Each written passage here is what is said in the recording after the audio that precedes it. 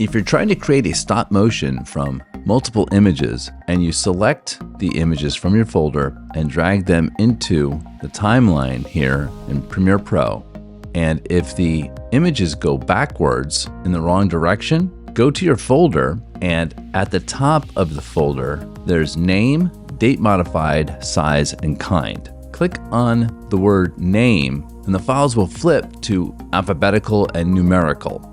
So let's click on it. When I did that, the file C is at the top, and then the file that starts with letter I is next in line, and then at the bottom there's the N and last is T. If we click on name again, it'll flip them again, where the T is on top now. So when you click on that name, it's going to flip the list alphabetically.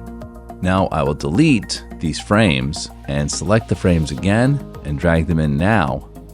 Now they're going in the correct order. I hope this helps.